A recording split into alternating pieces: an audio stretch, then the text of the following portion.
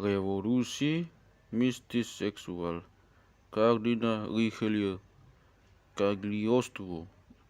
Identitas rahasia Comte de Saint-Germain, Swedenborg, Blake, dan aksesual romantisisme. Bagaimanapun, pada pertengahan abad ke-18, kebangkitan menuju supremasi Amerika Serikat hanyalah sebuah visi yang mistis. Pada akhir abad ke-17 dan abad ke-18, Prancis menjadi negara paling kuat dan berpengaruh. Kekuatan ekstrim dari kebaikan dan kejahatan dengan liba tipis dan tajam menentukan nasib dunia di dalam koridor Louvre, kemudian Versailles. Mungkin penting bahwa meskipun Descartes menghabiskan bertahun-tahun meneliti Rosicrucian, bahkan melakukan perjalanan ke Jerman untuk berusaha melacak mereka, ia tidak pernah berhasil. Korban dari visi-visi ia jelas bukan seperti Newton, ahli dalam teknik-teknik alkimia yang mungkin memberikan akses yang berulang, bahkan mungkin terkendali menuju alam rohani.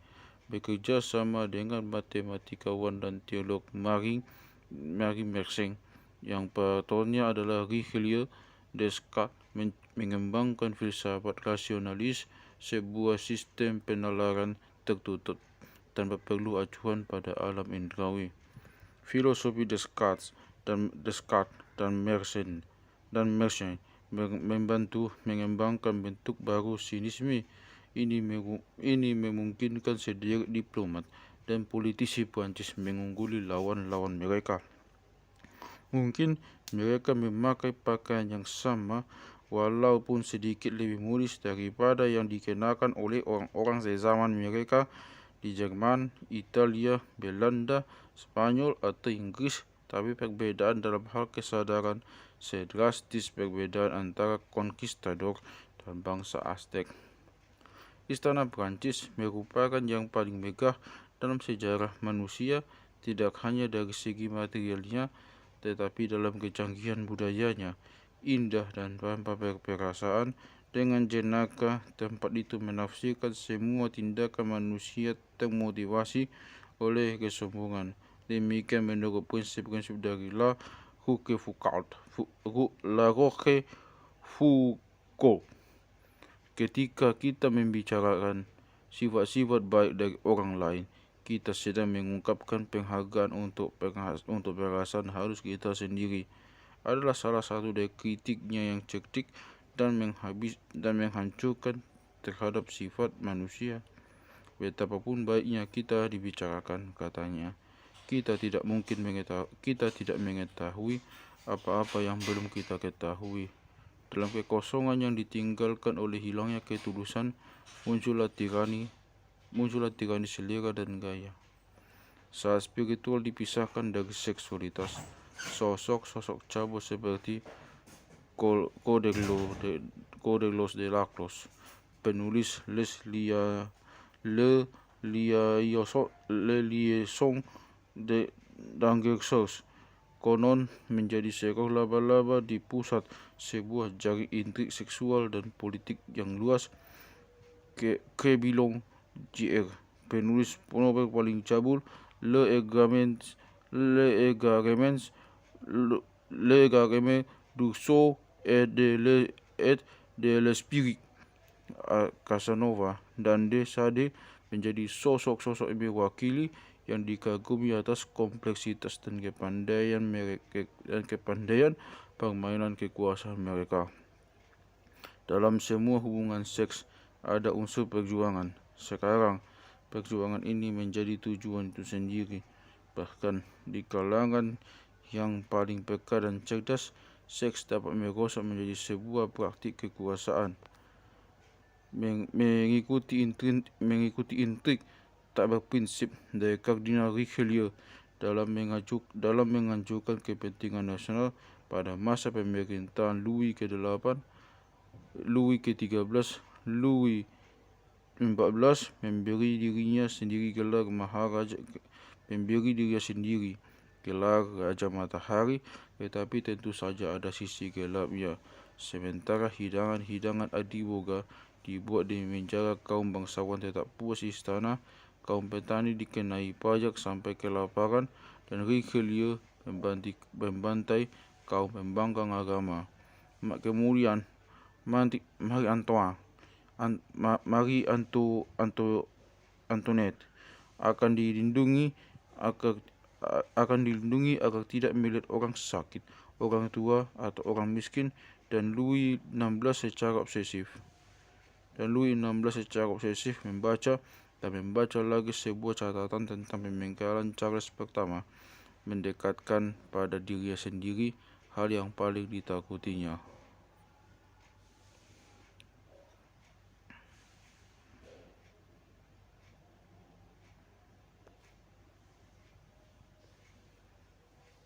Rumor-rumor tentang rahasia esoteris yang kuat menggema di sekeliling istana.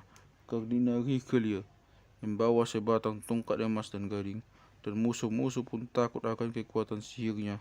Mentornya, Père Joseph, sosok dalang sejati, mengajarinya praktik-praktik spiritual yang mengembangkan kekuatan psikis. Ia mempekerjakan seorang kabalis yang bernama Gafaret untuk mengajarinya rahasia-rahasia gaib. Seorang pria bernama Dubois yang konon seorang keturunan Nicolas Flamel pergi menemuinya membawa sebuah buku panduan magis dengan kata-kata yang samar. Namun Dubois tidak mampu menafsirkannya dan membutuhkan waktu dan membuahkan hasil untuk sang kardinal, maka Dubois pun digantung. Tampaknya Richelieu sangat ingin meraih terobosan ke dunia lain yang ditembakkannya karena ia menggunakan metode-metode yang semakin ekstrim. Urban Grandier, seorang yang diduga pemuja setan, sedang tersiksa perlahan-lahan sampai mati atas perintah Richelieu ketika ia dikabarkan memberi peringatan, Anda orang yang mampu, jangan hancurkan diri Anda sendiri. Kundik Louis ke-14, Madame de Montespan, membunuh saingan mudanya melalui sebuah misa hitam. Salah seorang dokter Louis XIV bernama Le Sebre memberikan sebuah catatan aneh tentang apa yang terjadi pada seorang temannya yang telah meramu apa yang dipercayainya sebagai obat ajaib kehidupan. Ia mulai meminum beberapa tetes setiap pagi pada saat matahari terbit bersama segelas anggur. Setelah 14 hari, rambut dan kuku-kukunya mulai rontok. Ia pun kehilangan keberanian. Ia mulai memberikan ramuan itu kepada perempuan tua pelayannya, tetapi ia juga menjadi ketakutan dan tidak mau melanjutkan. Jadi akhirnya ia mengumpankan obat ini pada seekor ayam betina tua dengan merendam jarum pada obat itu. Setelah 6 hari, bulu-bulu ayam itu mulai rontok sampai menjadi benar-benar polos. Lalu 2 minggu kemudian, bulu-bulu baru mulai tumbuh dengan lebih cerah dan berwarna indah daripada bulu-bulu pada usia mudanya, dan ayam itu pun mulai bertelur lagi. Tengah puncak sinisme dan sifat mudah tertipu, di mana para dukun palsu dan penipu lazim terjadi, para inisiat sejati mengembangkan cara-cara baru dalam menunjukkan diri mereka ke dunia luar. Guru-guru esoteris selalu tahu bahwa kebijaksanaan mereka tampak konyol bagi yang belum diinisiasi. Mereka tadinya selalu fokus pada sifat kosmos yang rumit dan paradoksal. Sekarang, para inisiat mulai menunjukkan diri mereka dengan kedok penipu dan bajingan. Seorang anak miskin dari jalanan kecil di Sisilia menemukan kembali dirinya sebagai Count Cagliostro, dengan campuran dari karisma yang menghipnotis. Kebiasaannya dalam menggunakan Seraphita, istri mudanya yang cantik, sebagai umpan, dan terutama desas-desus tentang batu bertuah yang dimilikinya. Ia muncul di puncak masyarakat Eropa. Bagi mereka yang ada di lapisan bawah masyarakat, ia tampak seperti orang suci. Keajaiban penyembuhan yang dilakukan di kalangan orang miskin di Paris yang tidak mampu berobat ke dokter membuatnya menjadi sosok pahlawan yang populer. Dan ketika dibebaskan, ia dari pegunungan dan ketika dibebaskan ia dari pergulungan singkat di Bastille, sekitar 8.000 orang datang untuk bersorak menyambutnya. Ketika Cagliostro ditantang berdebat di depan rekan-rekan intelektualnya, lawannya Count de Gebelin, teman dari Benjamin Franklin, dan para ternama filsafat esoteris, segera mengakui bahwa ia melawan seorang pria yang pengetahuan jauh melampaui pengetahuannya sendiri. Cagliostro juga tampaknya memiliki kekuatan nubuat yang luar biasa. Dalam sepucuk surat terkenal bertanggal 20 Juli 1786, ia meramalkan bahwa Basti akan benar-benar hancur, dan konon ia bahkan memprediksi tanggal persisnya dari peristiwa ini. 14 Juli, dalam grafiti yang ditemukan tertulis di dinding sel penjara tempat ia meninggal, siapapun yang punya kekuatan supernatural pasti mengalami godaan. Barangkali inisiat paling karismatik dan membingungkan dari abad ke-20 adalah J. Gurdjieff. Ia sengaja menyampaikan gagasan-gagasannya dengan cara yang tidak masuk akal. Ia menuliskan suatu organ di dasar tulang belakang yang memungkinkan para inisiat melihat dunia secara jungkir balik luar dalam, dengan menyebutnya Kunderbuffer. Dengan cara ini, ia sengaja memberikan sebuah nama yang menggelikan pada kekuatan ular Kundalini, cadangan energi tak terpenuhi yang melingkar di dasar tulang belakang dan merupakan pusat dari dalam praktik tantra. Demikian pula, ia menuliskan tentang dewa-dewa di dalam pesawat ruang angkasa raksasa dan bahwa permukaan matahari itu dingin. Siapapun yang meremehkan gagasan-gagasan ini menunjukkan dirinya tidak layak. Siapapun yang bertahan dan mampu menyesuaikan mendapati bahwa disiplin spiritual Gurdjieff ini berguna. Sejak kematiannya, muncul rumor bahwa ia kadang-kadang menggunakan kekuatan pengendalian pikirannya yang tidak dilakukan lagi tersebut untuk memangsa wanita muda yang rentan. Seorang teman saya pergi ke India untuk mengunjungi guru terkenal, ahli dan pembuat keajaiban Sai Baba. Teman saya pergi bersama kekasih mudanya yang cantik. Setelah makan malam yang menyenangkan, para pelayat nunduk diri dan Sai Baba membawa tamunya ke perpustakaan. Teman saya sedang menekuni sebuah buku, sementara kekasihnya berbicara dengan Sai Baba. Ia memperhatikan bahwa tuan rumah mereka sendiri sangat dekat dengan kekasihnya dan semakin cemas manakala Sai Baba mengalihkan pembicaraan ke topik dimensi seksual dalam mitologi Hindu. Tiba-tiba Sai Baba mengulurkan tangan untuk membunyikan sebuah bel tembaga berukir sel-sel, dan secara bersamaan tampaknya mengalami sesuatu dari udara. Ia membalikkan telapak tangannya ke atas untuk menunjukkan sebuah rantai emas dengan salib.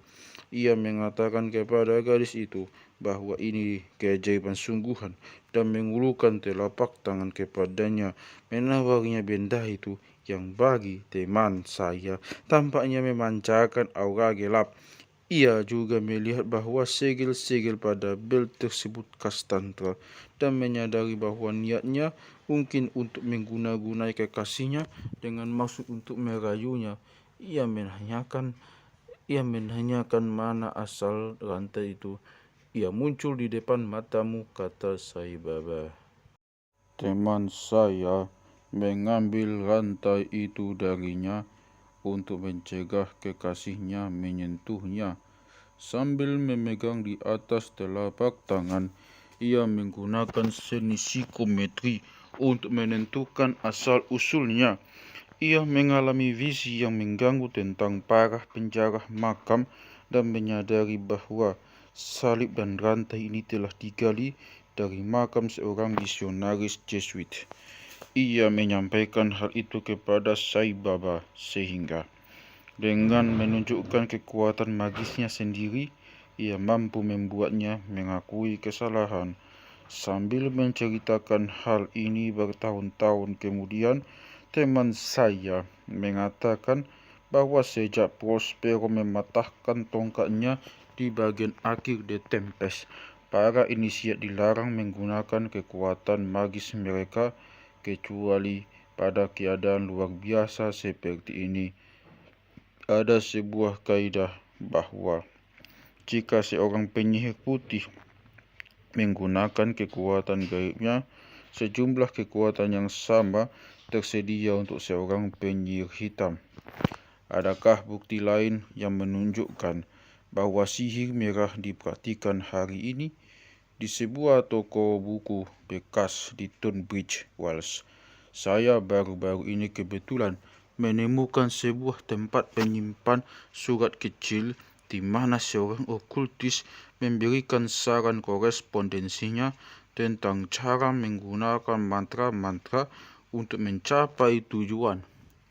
Salah satunya termasuk mencampurkan darah menstruasi diam-diam ke dalam makanan sebagai cara untuk membangkitkan hasrat seksual pria. Ini mungkin tampak aneh, tetapi pada 2006, pemerintah Inggris mengumumkan rencananya untuk memberikan hibah dasar dalam pengembangan pertanian biodinamik. Metode ini yang dirancang oleh Rudolf Steiner bergantung pada kesesuaian antara tumbuh-tumbuhan dan roh bintang-bintang seperti yang dijelaskan sebelumnya oleh Paracelsus dan Bohme. Steiner merekomendasikan bahwa hama tikus sawah harus ditangani dengan cara mengubur abu seekor tikus di sawah tersebut yang disiapkan pada saat Venus berada di rasi Scorpio. Kalaupun Cagliostro tetap sebuah teka-teki, orang yang ia hormati, bahkan sebuah misteri yang lebih besar lagi. Catatan Cagliostro sendiri tentang pertemuan dengan Comte de Saint-Germain di sebuah kastil di Jerman pada 1785 mencatatkan bahwa ia dan istrinya tiba pada pukul 2 dini hari, waktu yang telah ditentukan. Jembatan angkat diturunkan dan mereka pun menyeberang untuk mendapati diri mereka berada di sebuah ruangan sempit dan gelap. Tiba-tiba, seolah-olah dengan sihir, pintu-pintu besar terbuka untuk menyiapkan sebuah kuil besar yang memesona dengan cahaya dari ribuan lilin. Di tengah kuil itu duduklah Comte de Saint-Germain. Ia mengenakan banyak cincin berlian luar biasa dan di dadanya terdapat sebuah perangkat berhiaskan berlian yang tampak memantulkan cahaya dari semua lilin dan menyorotkannya kepada Cagliostro dan Serafita. Duduk di kedua sisi Saint-Germain, dua pembantunya memegang mangkuk yang mengepulkan dupa. Dan saat Cagliostro masuk, sebuah suara tanpa wujud yang ia pikir pastilah suara bangsawan itu, meskipun bibirnya tampaknya tidak bergerak, bergaung di sekeliling kuil. Kau siapa? Dari mana asalmu? Apa yang kau inginkan? Tentu saja, setidaknya di satu sisi, Saint-Germain tahu persis siapa Cagliostro. Lagi pula, pada kunjungan itu sudah diatur sebelumnya, tetapi di sini ia mungkin menanyakan tentang inkarnasia pada kehidupan sebelumnya, demonnya, motifnya yang lebih dalam. Cagliostro bersujud di depan Saint Germain dan beberapa saat kemudian berkata, "Aku datang memohon kepada Tuhan kaum beriman, Sang Putra Alam, Bapa kebenaran. Aku datang untuk meminta salah satu dari 14.007 rahasia yang ia simpan di dadanya. Aku datang untuk menyerahkan diri sebagai budaknya, rasulnya, martirnya." Jelas Cagliostro berpikir ia mengenali Saint Germain, tetapi siapa dia? Ada sebuah petunjuk dalam fakta bahwa Saint Germain kemudian menginisiasi Cagliostro ke dalam misteri Templar, membawanya dalam sebuah perjalanan keluar dari tubuh, menerbangkannya ke atas lautan perunggu cair untuk menjelajahi hierarki surgawi. Saint Germain muncul di tengah masyarakat Eropa cukup tiba-tiba pada 1710. Rupa-rupanya dari Hungaria dan tampaknya berusia sekitar 57 tahun. Kecil dan berkulit gelap, ia selalu mengenakan pakaian serba hitam dan berlian yang luar biasa. Fitur yang paling menawan adalah matanya yang menghipnotis. Berdasarkan semua catatan, ia dengan cepat mengundang perhatian di banyak kalangan masyarakat karena prestasi-prestasinya, berbicara banyak bahasa, bermain bola dan melukis. Dan ia juga tampaknya memiliki kemampuan luar biasa dalam membaca pikiran. Ia dipercaya mempraktikkan teknik-teknik pernafasan rahasia yang diajarkan oleh kaum fakir Hindu, dan agar bermeditasi dengan lebih baik lagi, ia mengadopsi posisi yoga yang tidak dikenal di barat pada masa itu. Meskipun menghadiri pesta-pesta, ia tidak pernah terlihat makan di depan orang lain dan hanya minum teh herbal aneh yang diramunya sendiri. Akan tetapi, misteri terbesar di seputar Comte de Saint-Germain adalah umurnya yang panjang. Setelah muncul di tengah kehidupan publik pada 1710, tampaknya pada akhir parubaya, sewaktu ia bertemu komposer Romeo di Venesia, ia tetap di tengah kehidupan publik setidaknya sampai akhir 1782 tanpa terlihat menua sama sekali. Penampakan dirinya oleh orang-orang terkemuka berlanjut sampai akhir 1822. Pastinya menggoda bila mengabaikan semua ini sebagai sebuah roman dalam gaya Alexander Dumas, kalau bukan karena fakta bahwa saksi-saksi yang meninggalkan catatan tentang pertemuan dengannya dalam rentang waktu sepanjang itu adalah orang-orang yang cukup ternama seperti Romeo. Mereka termasuk Voltaire, Horace Walpole, Clive dari India, dan Casanova. Ia seorang tokoh terkemuka di istana Louis ke-15, seorang sahabat karib dari Madame de Pompadour maupun raja sendiri, yang kepadanya ia menjalankan misi diplomatik di Moskow, Konstantinopel, dan London. Di sana pada 1761 ia merundingkan sebuah perjanjian yang disebut Family Compact yang merintis jalan bagi perjanjian Paris, mengakhiri perang kolonial antara Prancis dan Inggris. Upaya Saint-Germain tampaknya selalu atas dasar perdamaian, dan meskipun seringkali disamakan dengan Cagliostro, ia tidak pernah kepegok melakukan tindakan ketidakjujuran apapun. Meskipun tak ada yang tahu dari mana uangnya berasal, beberapa mengatakan alkimia. Ia jelas kaya raya dan tentu saja bukan seorang petualang yang nekat. Jadi siapa sebenarnya Comte de Saint-Germain? Kunci untuk identitas rahasianya terletak dalam sejarah Freemasonic.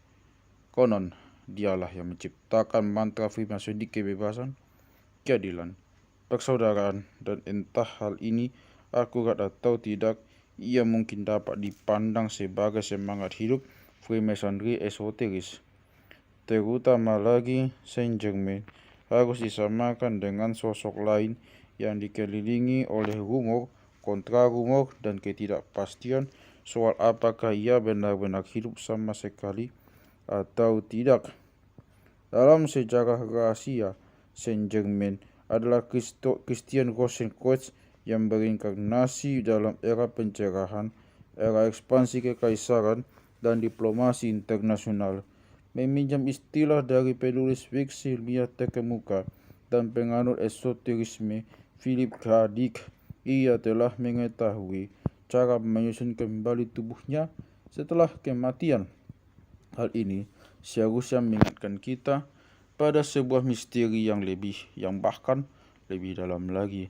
Dalam inkarnasi sebelumnya, Rosenkreuz Germain adalah Hiram Abiff, pembangun kuil Solomon. Pembunuhan Hiram Abiff telah menimbulkan hilangnya firman. Di satu sisi, firman yang hilang adalah sebuah kekuatan prokreasi supernatural yang telah digenggam oleh umat manusia sebelum kejatuhan menjadi materi.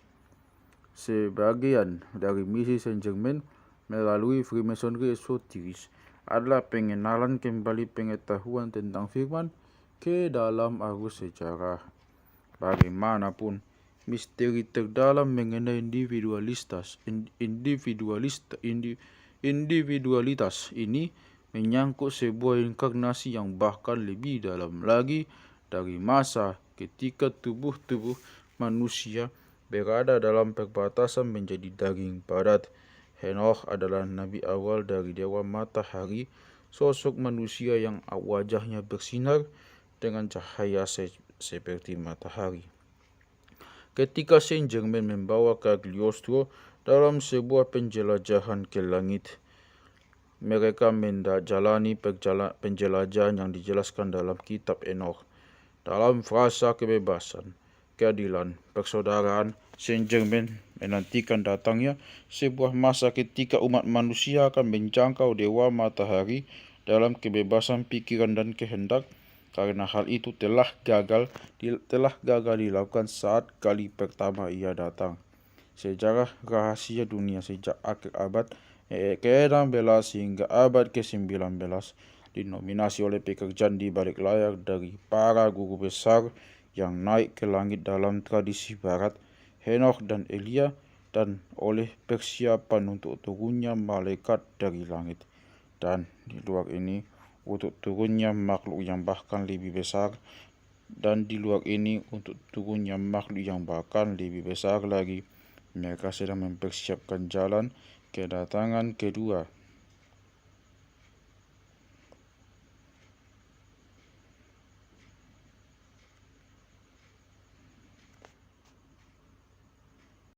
Seiring abad ke-18 lalu, penampakan dari bangsa-bangsa misterius tersebut semakin jarang, tetapi semangat optimisme dan pengharapan memenuhi luji-luji perkumpulan rahasia. Di Prancis, sang filsuf tak dikenal, Saint Martin, mengajarkan bahwa setiap manusia adalah raja. Chevalier Ramsay, tuan tanah Skotlandia, yang telah mendirikan loji besar di Paris pada 1730, berpidato kepada para inisiat baru di Paris pada 1737. Seluruh dunia tidak lain hanyalah sebuah replika yang besar. Kita berusaha menyatukan semua orang yang tercerahkan, tidak hanya melalui kecintaan pada seni rupa, tetapi terlebih lagi melalui prinsip-prinsip kebajikan yang dijunjung tinggi, sains, dan agama, di mana kepentingan persaudaraan dan seluruh keluarga umat manusia dapat saling memenuhi, dan dari sana rakyat dari semua kerajaan dapat belajar untuk saling mencintai. Freemasonry menyediakan sebuah ruang yang terlindungi untuk diskusi yang toleran tentang gagasan-gagasan mengenai seni dan moralitas, untuk penyelidikan bebas ilmiah dan untuk penelusuran terhadap alam rohani. Setelah pendirian loji-loji induk di Skotlandia, London dan Paris, peristiwa besar berikutnya dari Freemasonry dalam abad ke-18 terjadi pada 1760-an. Peristiwa ini adalah berdirinya Ordo Elus Cons atau imam terpilih oleh magi asal Portugis Martinez de Pascali. Ritual-ritual Elus Cons yang disusun oleh de Pascali kadang-kadang berlangsung sampai 6 jam dan melibatkan dupa yang mencampurkan arsinogen dan spora jamur fly agaric. Dalam ritual belakangan dari Stainless de Guaita yang banyak dipengaruhi oleh de Pascali, penutup mata dihilangkan dan sang kandidat mungkin akan mendapati diri yang menghadapi orang-orang yang memakai topeng dan hiasan kepala khas Mesir yang dengan diam mengacungkan pedang ke arah dadanya. Sama dengan cara yang pernah dilakukan Dr. D untuk mengembalikan pengalaman spiritual nyata ke dalam gereja dengan praktik upacara magis, de Pascali dan Cagliostro memiliki ambisi yang paralel di dalam Freemasonry. Pada 1782, Cagliostro mendirikan Freemasonry ritual Mesir yang akan sangat berpengaruh di Prancis maupun Amerika. Murid dan penerus de Pascali, Saint Martin, sedikit saja menekankan pada upacara dan lebih pada disiplin meditasi internal. Dipengaruhi dalam hal ini oleh pembacaan atas Forme, versinya tentang filsafat Martinez tetap sangat berpengaruh dalam Freemasonry Prancis sampai hari ini. Hidup di Paris pada masa teror, Saint Martin memperbolehkan pria dan wanita mendatangi apartemennya, menginisiasi mereka dengan penumpangan tangan yang mistis. Mereka terancam oleh bahaya tertentu, sehingga terus memakai topeng selama pertemuan demi menyembunyikan identitas, bahkan dari satu sama lain. Terkenal karena serangan yang sangat sengit terhadap agama, Voltaire seringkali dianggap sebagai pembenci Tuhan. Pada kenyataannya, agama yang terorganisasi lah yang ditentangnya. Ketika diinisiasi oleh Benjamin Franklin, ia diberi selembar celemek milik Helvetius untuk dicium.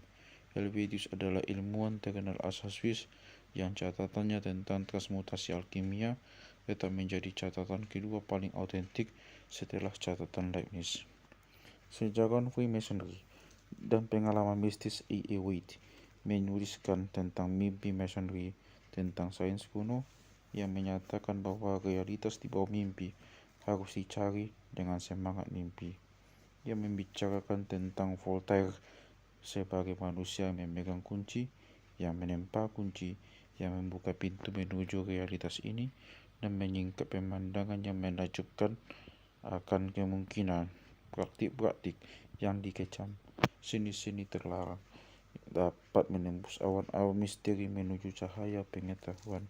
Kita akan melihat lebih jelas lagi apa arti hal ini dalam bab berikutnya. Tetapi untuk saat ini, rasanya cukup untuk mengatakan bahwa para inisiat dari perkumpulan-perkumpulan rahasia terpesona oleh pandangan ini, oleh pemandangan baru ini. Dulu, dada mereka penuh dengan keyakinan dan optimisme, sehingga mereka pasti akan setuju dengan Wordsworth bahwa sungguh membahagiakan rasanya hidup dalam fajar baru itu. Di kalangan seniman, penulis, dan komposer dalam perkumpulan-perkumpulan rahasia, besarnya antusiasme dan harapan akan fajar era baru ini memunculkan gerakan romantisisme.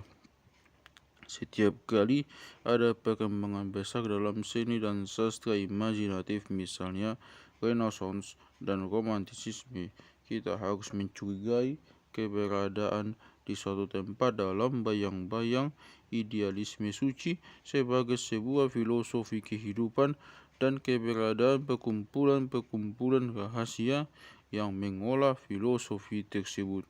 ini telah menjadi sebuah sejarah dunia menurut idealisme.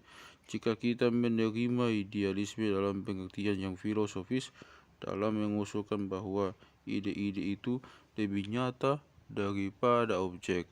Idealisme dalam pengertian yang lebih lazim dan sehari-hari, yang berarti hidup sesuai cita-cita leluhur, adalah seperti yang telah dijelaskan oleh George Steiner, sebuah penemuan abad ke-19. Pada abad sebelumnya, logi-logi di Inggris, Amerika, dan Prancis telah bekerja untuk menciptakan masyarakat yang lebih tidak tajam, bertakhayul dan bodoh, lebih tidak represif dan berprasangka, serta lebih toleran. Dunia telah menjadi semua hal ini dan juga lebih tidak tulus dan tidak keruan. Bahkan sebelum masa teror sudah ada kegelisahan, suatu kecemasan yang walaupun masyarakat mungkin bisa diciptakan untuk berjalan di sepanjang garis lurus, upaya ini tidak memadai, baik bagi sifat manusia maupun kekuatan lebih gelap lain yang beroperasi di luar hukum alam. Romantisisme sebagian merupakan upaya untuk berdamai dengan suatu perasaan mendalam yang mendadak dan dramatis yang bangkit dari bawah, dan apa yang hari ini kita sebut alam bawah sadar. Perasaan ini akan memunculkan musik dan puisi yang mendalam. Perasaan ini tidak sabar akan kebiasaan mendorong spontanitas dan pelalaian diri. Di negeri Eckhart, berbagai penulis memandang Prancis khususnya sebagai negeri para majikan kecil yang menari dan tak berjiwa, yang tidak memahami kehidupan batin manusia. Dalam Lessing, Schlegel, dan Schiller, idealisme filosofi sekali lagi menjadi filosofi kehidupan. Terutama idealisme ini akan meninggalkan imajinasi, meyakini kepercayaan mistis dan esoteris bahwa imajinasi merupakan metode persepsi yang lebih tinggi daripada yang diberikan oleh panca indera. Imajinasi dapat dilatih untuk memahami realitas yang lebih tinggi dari materialisme yang dijajarkan oleh para rasul akal sehat. Dalam sejarah konvensional, romantisisme adalah sebuah reaksi terhadap abad ke-18 yang sopan dan teratur. Dalam sejarah rahasia, kekuatan iblis itulah, bukan sekadar kekuatan bawah sadar, yang menyebabkan reaksi ini. Akar dari reaksi ini adalah seksual. Pada Juli 1744, John Paul Bruckner, seorang pembuat jam di London, mengkhawatirkan dan bertanya-tanya, ada apa gerangan dalam diri pemondokannya. Emanuel Swedenborg, seorang insinyur Swedia, tadinya sosok yang tampak tenang dan terhormat, yang menghadiri kapel Moravia setempat setiap hari Minggu. Sekarang rambutnya berdiri kaku, mulutnya berbusa, dan ia mengejar Bruckner di jalan, meracau dan tampaknya mengaku sebagai Mesias. Bruckner berusaha membujuknya menemui seorang dokter, tetapi alih-alih Swedenborg pergi ke kedutaan besar Swedia. Ketika mereka tidak mau membiarkannya masuk, dia berlari ke selokan terdekat, menelanjangi dirinya dan berguling-guling di lumpur, melemparkan uang ke arah kerumunan. Dalam sebuah buku terobosan baru-baru ini, buah dari bertahun-tahun penelitian yang cermat, Mark Zuckerberg mengungkapkan bahwa Swedenborg telah bereksperimen dengan teknik-teknik seksual tertentu untuk mencapai kondisi ekstrem kesadaran yang berubah yang diajarkan di kapel Moravia, yang dari luar kelihatannya terhormat. Mark Zuckerberg juga menunjukkan bahwa William Blake dibesarkan di gereja ini dan bahwa praktik-praktik seksual ini menginspirasi puisinya. Kita telah menyinggung berbagai teknik untuk menanamkan kondisi-kondisi kesadaran yang berubah, termasuk latihan pernapasan, menari, dan meditasi. Namun teknik-teknik seksual ini adalah hal yang sulit, rahasia yang paling dijaga ketat dalam perkumpulan-perkumpulan rahasia. Dengan demikian, mengikuti Mark Zuckerberg, petunjuknya ada Petunjuknya ada dalam berbagai tahapan perkembangan praktik Swedenborg sebagaimana yang tercatat dalam jurnalnya dan disinggung dalam publikasinya. Bahkan selagi masih kanak-kanak, Swedenborg telah bereksperimen dengan pengendalian pernapasan. Ia menyadari bahwa jika menahan napas untuk waktu lama, ia mengalami semacam trans. Ia juga menemukan bahwa dengan menyelesaikan napasnya dengan denyut jantungnya sendiri, ia bisa memperdalam trans tersebut. Kadang-kadang aku merosot ke dalam keadaan tidak sadar dalam hal indera tubuh, sehingga nyaris dalam keadaan orang sekarat, mempertahankan keadaan batinku tanpa halangan, menghadirkan kekuatan berpikir dan pernapasan cukup untuk hidup. Ketekunan dalam teknik ini bisa memberikan manfaat besar bagi pelakunya. Ada cahaya sukacita dan kegembiraan tertentu, kecerahan meneguhkan yang bermain di sekeliling alam pikiran dan sejenis pancaran misterius yang memancar melalui semacam kuil di otak. Jiwaku terpanggil untuk sebuah komuni yang lebih mendalam dan telah kembali pada saat itu ke dalam masa kejayaan kesempurnaan intelektualnya. Pikiran dalam kobaran api dari kayu bakar cintanya merendahkan semua pembandingnya. Semuanya kesenangan jasmani belaka. Swedenborg tampaknya sedang menggambarkan beberapa tahapan kondisi yang berubah dari sejenis yang sudah kita ketahui dalam proses inisiasi. Sebagaimana telah dijelaskan oleh Mark Sackett, penelitian neurologis modern telah membenarkan bahwa meditasi meningkatkan kadar enzim dehidroepiandrosteron dan melatonin. Sekresi yang dihasilkan oleh kelenjar pineal dan hipofisis yang bersama-sama dikatakan oleh kaum okultis akan menciptakan mata ketiga. Pada usia 15 tahun, Swedenborg dikirim untuk tinggal bersama kakak iparnya yang selama 7 tahun selanjutnya akan menjadi mentornya, dan di dalam rumah barunya inilah penelitian Swedenborg sendiri berubah sangat kabalistis. Kita sudah melihat bagaimana dalam Kabbalah, seperti dalam semua tradisi esoteris, penciptaan dipahami dalam pengertian serangkaian emanasi sefirot atau pelayan dari pikiran kosmis. Dalam Kabbalah, sebagaimana dalam mitologi Yunani, emanasi ini dianggap sebagai laki-laki dan perempuan. Ensof, pikiran kosmis yang tak terjangkau, memancarkan roh laki-laki dan perempuan, dan roh-roh ini terjalin secara seksual sebagai dorongan penciptaan yang berpusat ke bawah, sama sebagai gambaran esoteris dalam pikiran menciptakan sperma, sama sebagai gambaran erotis dalam pikiran menciptakan sperma. Tindakan imajinasi kasih sayang dari Ensof menghasilkan efek fisik, imajinasi, dan terutama imajinasi yang dipicu secara seksual. Oleh karena itu dipandang sebagai prinsip dasar kreativitas.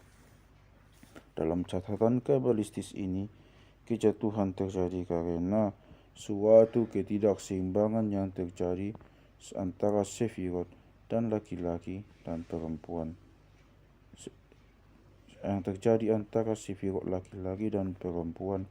Dengan mengimajinasikan percintaan yang seimbang dan harmonis antara sefirot tersebut, sang ahli membantu memperbaiki kesalahan kosmis primordial ini.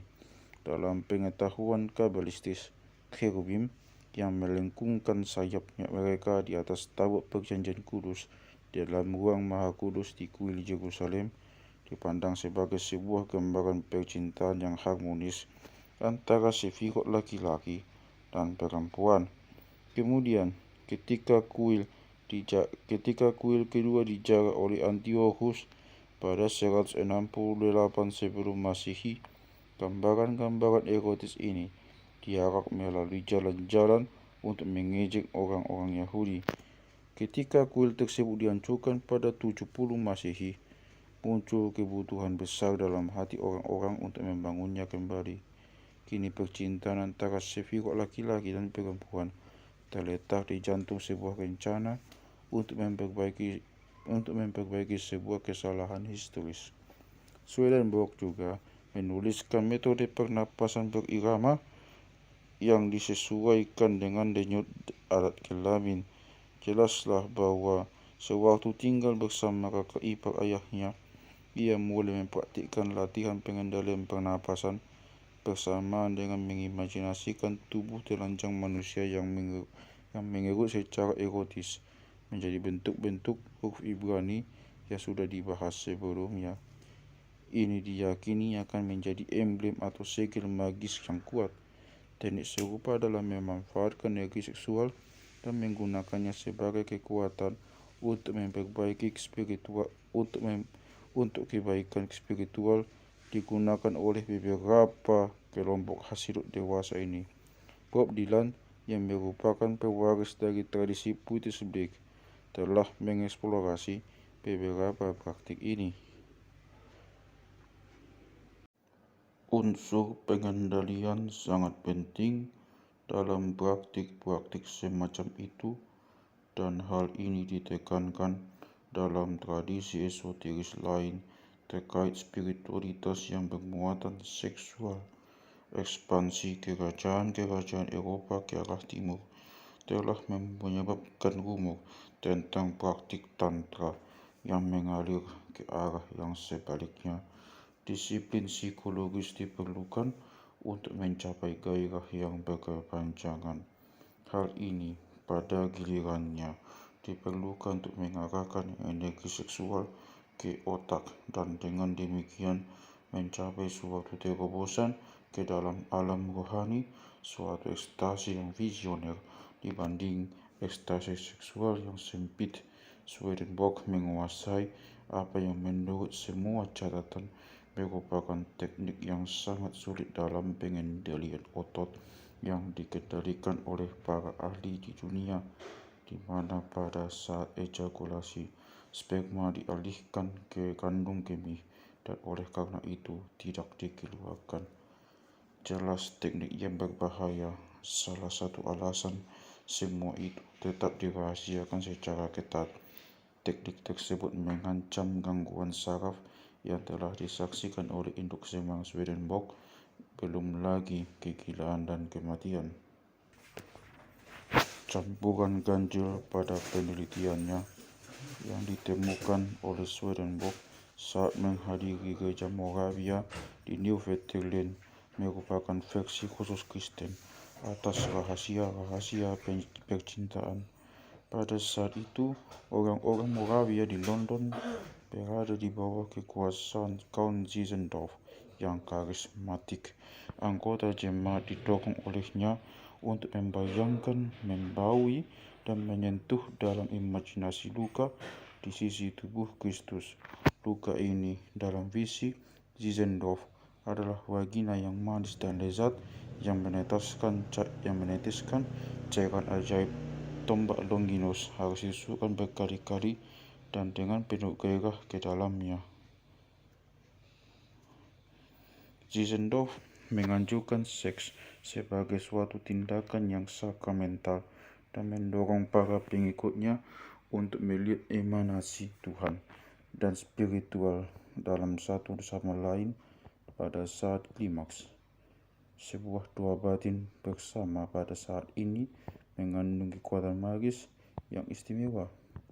Sebagaimana dijelaskan Swedenborg, pasangan saling melihat di dalam pikiran. Masing-masing pasangan memiliki yang lain dalam dirinya sendiri sehingga mereka hidup bersama dalam batin mereka. Dalam sebuah trans yang visioner, pasangan mampu bertemu, berkomunikasi, bahkan bercinta dalam wujud spiritual mereka yang terpisah-pisah. Mark Sukat mencatat bahwa orang tua Blake adalah anggota dari jemaat ini dan bahwa Blake menyerap ide-ide ini dari pembacaannya yang luas terhadap Swedenborg. Ia telah menunjukkan bagaimana orang-orang zaman Victoria menghapus banyak tamsil yang sangat seksual dari lukisan-lukisan Blake, termasuk lukisan sepanjang celana dalam di atas kelamin. Meskipun ada pemahaman yang luas bahwa Blake dipengaruhi oleh filsafat esoteris dari Swedenborg dan yang lainnya, kita sampai sekarang telah mengabaikan teknik-teknik magis seks yang merupakan dasar dari visi imajinatifnya. Blake mengalami visi-visi sejak usia dini. Pada usia 4 tahun, ia melihat Tuhan memandang melalui jendela, dan pada saat usia 4 atau 5 tahun, selagi berjalan menyusuri pedesaan, ia mengalami visi tentang sebuah pohon yang penuh malaikat menghiasi setiap cabangnya seperti bintang-bintang. Namun tampaknya belakangan teknik-teknik Zinzendorf dan Swedenborg memberinya pendekatan yang sistematis dan kabalistis terhadap fenomena ini. Dalam Los, ia akan menulis di Beula sang wanita menurunkan tabernakel indahnya yang dimasuki oleh sang lelaki, megah di antara cherubimnya dan menjadi satu dengannya membau. Ada sebuah tempat di mana yang berlawanan sama-sama benar. Tempat ini bernama Beula. Dalam romantisisme, kehidupan batin individual akhirnya meluas menjadi suatu kosmos yang luas akan berbagai ketidakterbatasan. Cinta adalah cinta dari satu kosmos terhadap kosmos yang lain. Kedalaman memanggil mendalam. Dengan romantisisme cinta bergerak menjadi sebuah metode baru dan menjadi simfonis. Signifikansi historis dari hal ini adalah bahwa meditasi rahasia dan praktik-praktik luar dari segelintir inisiat menciptakan suatu gelombang perasaan populer terhadap materialisme. Cara baru dalam bercinta, dalam menghidupkan kembali penciptaan kosmos, merupakan satu cara dalam mengatakan bahwa kebenaran bukanlah semata-mata soal kekuatan, bahwa ada cita-cita yang lebih tinggi daripada kemanfaatan atau egoisme yang tercerahkan, bahwa jika mengupayakan sendiri kerangka berpikir yang tepat, kita bisa mengalami dunia yang penuh makna. Jika orang-orang bercinta sehingga mereka menjadi tercerahkan, dunia akan menjadi dunia bayang-bayang. Ketika mereka terbangun lagi, makna akan menetap di dunia seperti embun. Oleh karena itu, akar romantisisme adalah seksual sekaligus esoteris. Penyair Jerman Novalis membicarakan tentang idealisme magis. Kemagisan ini, idealisme ini, semangat vulkanik ini menyulap musik Beethoven dan Schubert. Beethoven mendapati dirinya mendengar bahasa musik yang baru, merasakan dan mengungkapkan hal-hal yang belum pernah dirasakan atau diungkapkan sebelumnya. Seperti Alexander yang Agung, ia menjadi terobsesi dengan upaya untuk mengenali arus ilahiyah ini, sumber dari kegenisiannya yang tak terbendung, membaca lagi teks-teks esoteris Mesir dan India. Baginya, sonata dalam D minor dan Appassionata karyanya setara dengan The Tempest, karya Shakespeare, pengungkapan yang paling eksplisit atas gagasan-gagasan okultismenya.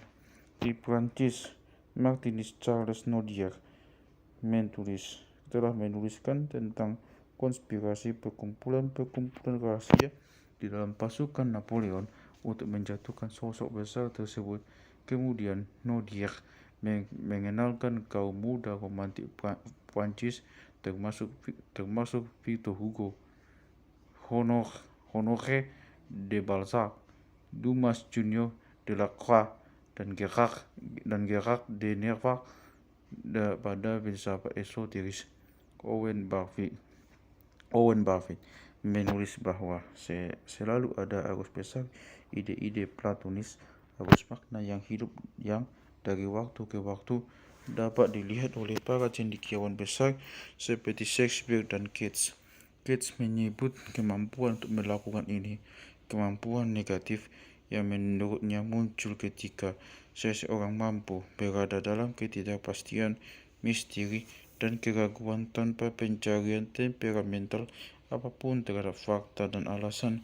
Dengan kata lain, ia sedang menerapkan ke dalam puisi penundaan disengaja yang sama dalam memaksakan suatu pola dan penantian yang sama untuk munculnya suatu pola kaya yang pernah dihancurkan oleh Francis Bacon dalam ranah ilmiah. Susunlah lingkaran di sekelilingnya 3 kali. Karena dengan madu ia telah makan dan minum susu dari surga. Samuel Taylor